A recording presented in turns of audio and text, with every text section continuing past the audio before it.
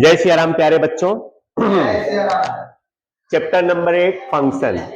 बराबर। सबसे पहले फंक्शन का डेफिनेशन समझते हैं और उसके बाद इसके क्वेश्चन समझेंगे। तो फंक्शन क्या होता है? देखो, if A and B are any two non empty set. Non empty set मतलब सेट ए में कोई ना कोई एलिमेंट्स होने चाहिए और सेट बी में भी कोई ना कोई एलिमेंट्स होने चाहिए। जैसे कि ए बराबर दिया है 1 2 3 और बी बराबर दिया है 4 5 6। इसको बोलते हैं non element, non empty set. Non empty मतलब खाली नहीं होना चाहिए एक भी। ए में भी कुछ ना कुछ एलिमेंट्स होने चाहिए और बी में भी कुछ ना कुछ एलिमेंट्स होने चाहिए। तो समझ लो, if A and B are any two non empty set. दो सेट्स हैं ए और बी और वो उनमें से कोई भी एक सेट जो है वो खाली नहीं है। And each element of set ए, अच्छे से समझो, ईच एलिमेंट, हर एक एलिमेंट किसके? सेट ए के। Each element of set A is related with one and only one elements of set B by some rule. By some rule मतलब set A के सभी elements set B के किसी एक ही element के साथ में क्या होने चाहिए? रिलेटेड होने चाहिए। तो then it is called a function from set A to set B. तब इसको फंक्शन बोलेंगे set A to set B. Set A to set B मतलब फंक्शन, सॉरी, सेट ए के सारे एलिमेंट, जितने भी एलिमेंट्स होंगे वो सेट बी के सिर्फ एक ही एलिमेंट के साथ में रिलेटेड होने चाहिए। दो या तीन के साथ में, सिर्फ एक ही एलिमेंट के साथ में अगर रिलेट करते हैं तो उन दोनों के बीच में फंक्शन का रिलेशन है, ऐसा कहेंगे। फंक्शन है ऐसा कहेंगे। जैसे कि फॉर एग्जांपल देखो, यहां पे सेट ए और सेट बी है। फिर बाद में इसको फिर से मैं आपको याद करवाता हूं। सेट ए और सेट बी है, ठीक है। Come and sit there.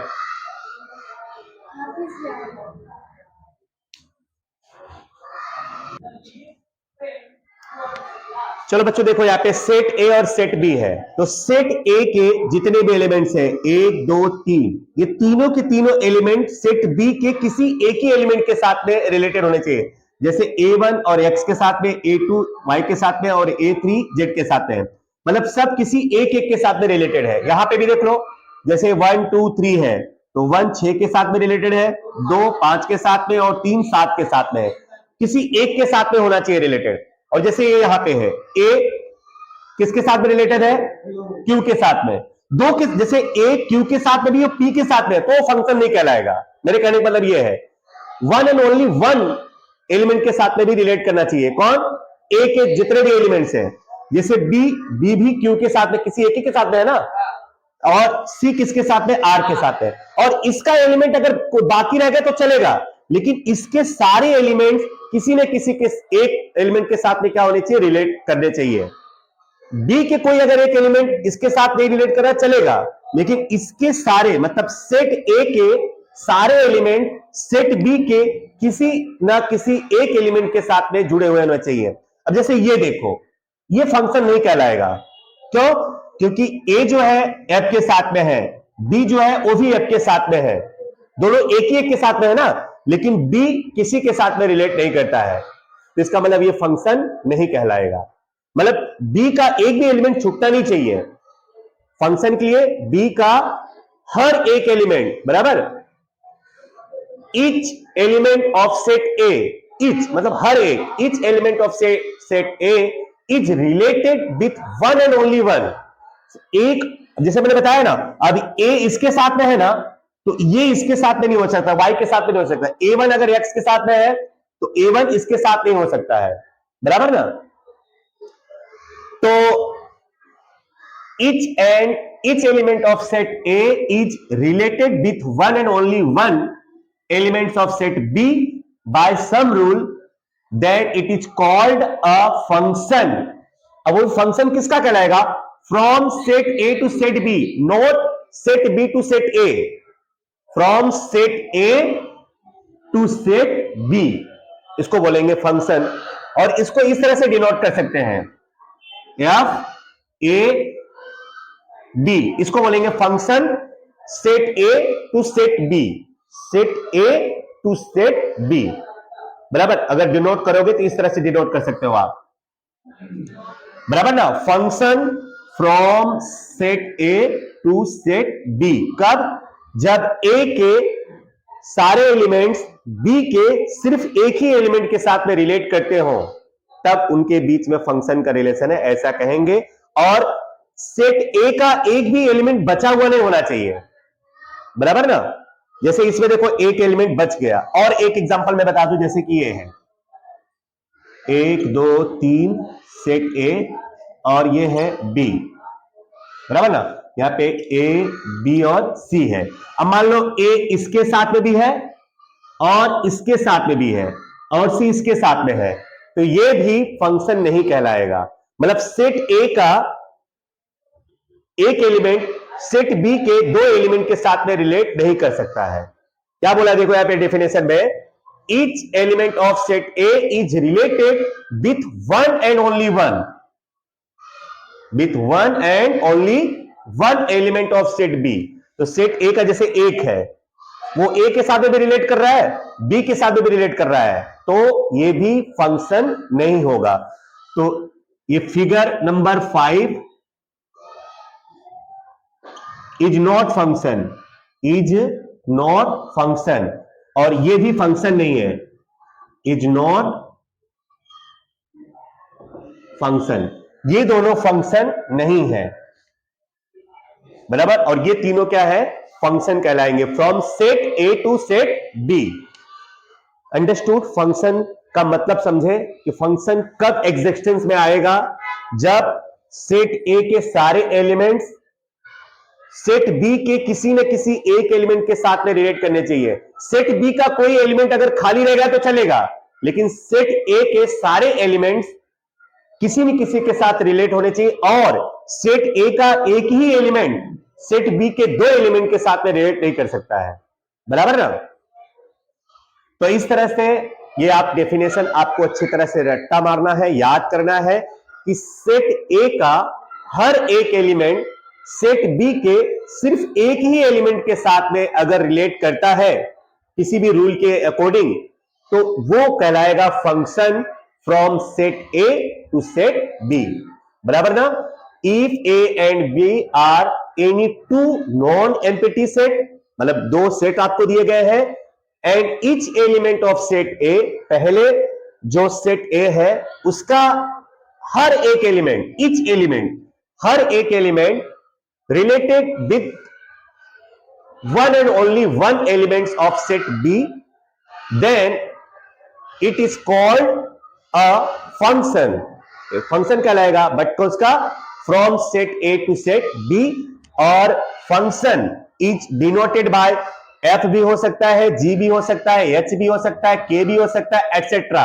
और इसको इस तरह से डिनोट करोगे, अगर function set A to B है तो ऐसा, और अगर बी टू ए होता तो यहां पे आ जाता बी और वहां पे आ जाता ए, ठीक है।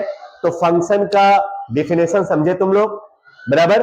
और इसके कुछ वो मैंने बता दिए फिगर कि कब फंक्शन एग्जिस्टेंस में होगा, कब नहीं होगा, बराबर। तो लिख लो पहले इतना अच्छे से, फिर उसके बाद चलते हैं सवाल पे। चलो प्यारे बच्चों, डोमेन एंड कोडोमेन अच्छे से समझो। ये दो टर्म्स, डोमेन क्या होता है और कोडोमेन क्या होता है। अगर मान लो आपको एक फंक्शन दिया है from set A to set B, ध्यान दो, if function from set A to set B is given, then the set of A मतलब पहला वाला set of A is called domain and set of B is called codomain. मतलब ये वाला जो रहेगा वो डोमेन होगा और ये वाला क्या होगा? Codomain. Function of domain and function of codomain. हाँ, डी जो होगा वो कोडोमेन होगा और ए जो होगा वो क्या होगा? डोमेन। अब समझो, domain is donated by DF, बराबर, function of domain, and codomain is denoted by CDF, understood? Codomain. अब एक एग्जांपल में बता रहा हूं, जैसे कि function from A to B दिया हुआ है आपको, अब ए में एलिमेंट्स दिया है 1 2 3 4 5 और बी में दिया है 1 2 4 5 6, कुछ भी हो सकता है। ओके, तो जो पहला वाला एलिमेंट होगा ना, पहला वाला सेट ए, वो क्या हो गया, डोमेन, और जो दूसरा वाला होगा वो क्या होगा, कोडोमेन। कोई डाउट है क्या इसमें? डोमेन और कोडोमेन, क्लियर? चलो लिख लो। चलो चैप्टर 8 फंक्शन। फंक्शन ए में अभी हम लोगों ने डोमेन, डोमेन और कोडोमेन सीख लिया था। रेंज बाकी है, तो रेंज समझो। रेंज, रेंज क्या होता है? Functional values of all the elements of set A. Functional values of all the elements of set A is called the function of range, and range is denoted by RF. Function of range बराबर RF.